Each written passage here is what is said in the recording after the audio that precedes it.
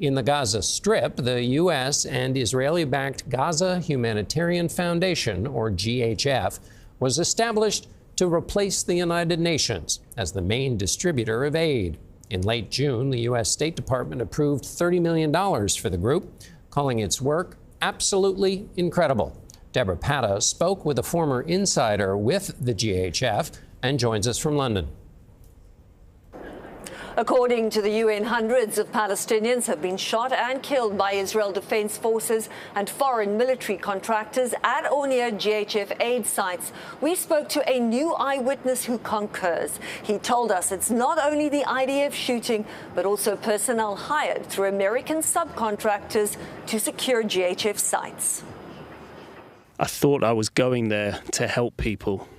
When this man was hired by an American logistics company to drive aid trucks in Israel, he says he had no idea it meant he'd be working with the Gaza Humanitarian Foundation inside Gaza. He asked us to conceal his identity, dub over his voice and change his name because he fears reprisals. We will call him Mike. He secretly recorded several videos, including this one. What you are hearing, he says, is the sound of gunfire from brightly lit GHF sites fired at Palestinians seeking aid. It took me 2 or 3 days to realise that they were actually shooting at people. They weren't shooting at combatants. So, did you think these were warning shots? No, it's indiscriminate. And who was doing the shooting? The IDF and the American security personnel. They've got positions on each corner of the sites, and they would often shoot at exactly the same time as the Israeli soldiers. We do not see who is shooting on the videos Mike gave us, but he said there was not a single occasion he observed when there was no shooting, and he was at the sites on average 5 days a week for several weeks. CBS News has seen his work schedule, and metadata from his cell phone confirms the dates and times he was in Gaza. CBS News has been reporting on the almost daily shootings and deaths at or near GHF sites since GHF began operating its sites at the end of May. Palestinians would gather near the sites hours before they opened to be the first to grab food. I was breathing quite heavily because I'd never seen a crowd of people behave with such intensity and such desperation. What's the worst thing you experienced? I was brought outside the perimeter and I was tasked with cleaning up the remains of animals and some humans. What had happened is that there had been so much shooting that human remains had been left there, and the smell got quite bad. So the security contractors had complained and the IDF said it wasn't their business. So I was tasked with cleaning it, but I wasn't warned what it was. And you were told to clean up everything there and do what? Just put it in the back of a truck, which took everything away. I struggle to talk about it.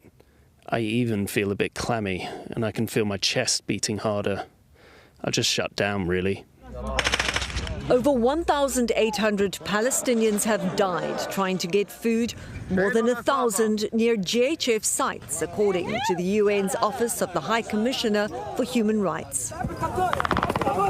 GHF says allegations that their contractors have shot aid seekers and mishandled their remains are categorically false and utterly baseless. They have criticized CBS News' refusal to provide them with more detailed information regarding Mike.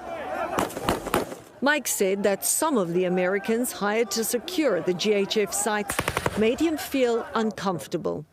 They would often boast about how many people they've killed if they've managed to shoot animals, or how many birds they'd shot because they were bragging about how good their aim was. So if they would shoot anything? Anything that was living, even birds.